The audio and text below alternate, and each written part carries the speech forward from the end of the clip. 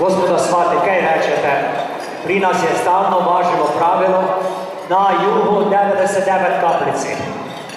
Natočite si vsi, pa eno ga spijemo. Boste potli dale jeli.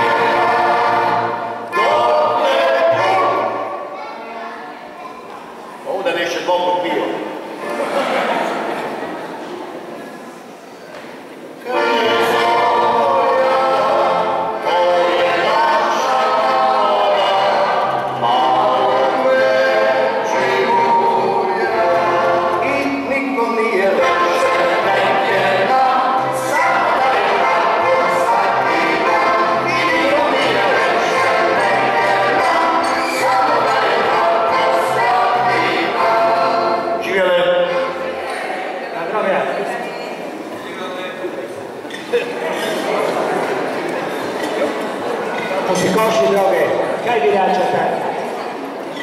Dok naše kuvarice se tu prepravljajo, pa kanane prevedu vroču, če bi si vi nas vmes malo zaplesali, gospod župe. Da je za to? Tak? Kaj bi si malo zaplesali? Može.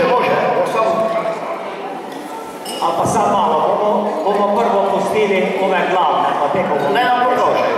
Da, da pokažejo. Zapravo i mi ne znamo kaj mi moramo tu sve delati, ne?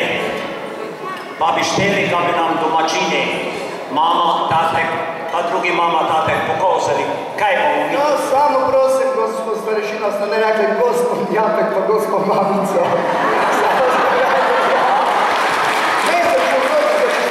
Kaj ti misliš, da se vam ne željen? Ne, rekli ste gospoda. Na zdravlje. Upravo o tom se radi, kad se ne oženjam bio. Pa ne mre se te nacijati bez veze, pa moraš nekaj napraviti. Dakle, gospoda muzikoši, prosim da se gospoda naši japice pa mamice zaplešajo. Ali pa tateke pa mame. Ti si pa naručili, kaj te plesali. Kako bi znali u to? Kaj hoćete ga vam zaigramo? Odlično.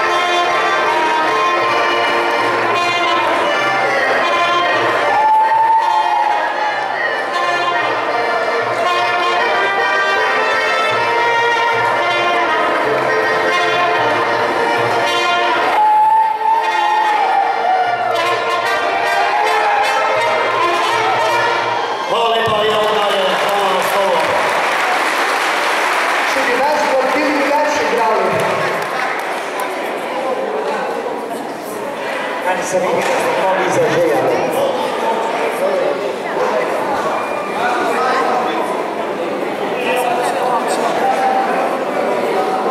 U nastavku se događa dirljiv rastanak mladenke od djetinjstva i bezbrižne mladosti.